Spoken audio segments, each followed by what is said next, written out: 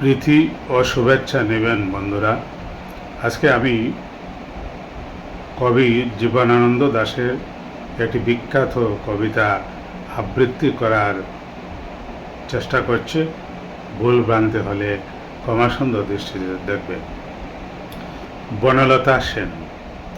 হাজার বছর ধরে আমি পথ হাঁটিতেছি পৃথিবীর পথে, সিংহল সমুদ্র থেকে নিশীথের অন্ধকারে মালয় সাগরে অনেক ঘুরেছি আমি বিম্বিসার অশোকের ধূসর জগতে, সেখানেই ছিলাম আমি। আরো দূর অন্ধকারে বিদর্ভ নগরে আমি ক্লান্ত প্রাণ এক, চারিদিকে জীবনের সমুদ্র সপেন।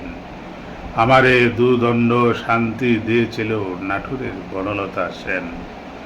চুল তার কবেকার অন্ধকার বিদিশার নেশা, মুখ তার শ্রাবস্তির কারুকার্য। অতি দূর সমুদ্রের পর হাল ভেঙে যে নাবিক হারাইছে দিশা।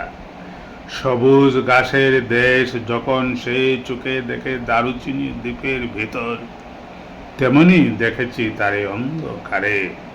বলেছে সে, এতদিন কোথায় ছিলেন? পাখির নীড়ের মতো চোখ তুলে নাটুরের বনলতা সেন। সমস্ত দিনের শেষে শিশিরের শব্দের মতন সন্ধ্যা আসে, ডানার রুদ্রের গন্ধ মুছে ফেলেছিল।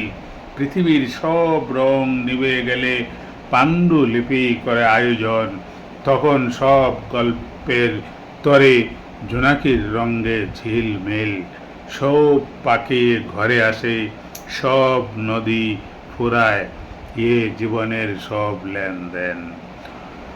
থাকে শুধু অন্ধকার, মুখোমুখি বসিবার বনলতা সেন। ধন্যবাদ।